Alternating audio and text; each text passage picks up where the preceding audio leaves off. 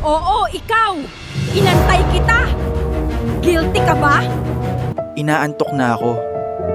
Charge ko lang phone ko sa ilalim ng unan para madaling makuha paggising. Sige, takpan mo pa! Kulob na init para mag-overheat at sumabog yan! Babala! May na-detect akong panganib! Restricted airflow! PAC Heroes, kilos na! Sugod! Meow! Ang init na rito!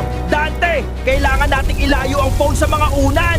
Bilis! Bago pa! Sugod! Huwag hayaang lumiyab! Pamilya, gising! Huwag mag-charge sa kama, delikado ang insulation trap! Ligtas na ang lahat.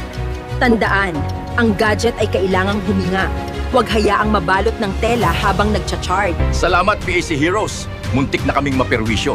Mula ngayon, sa matigas at patag na ibabaw na kami magcha-charge. Guilty ka ba?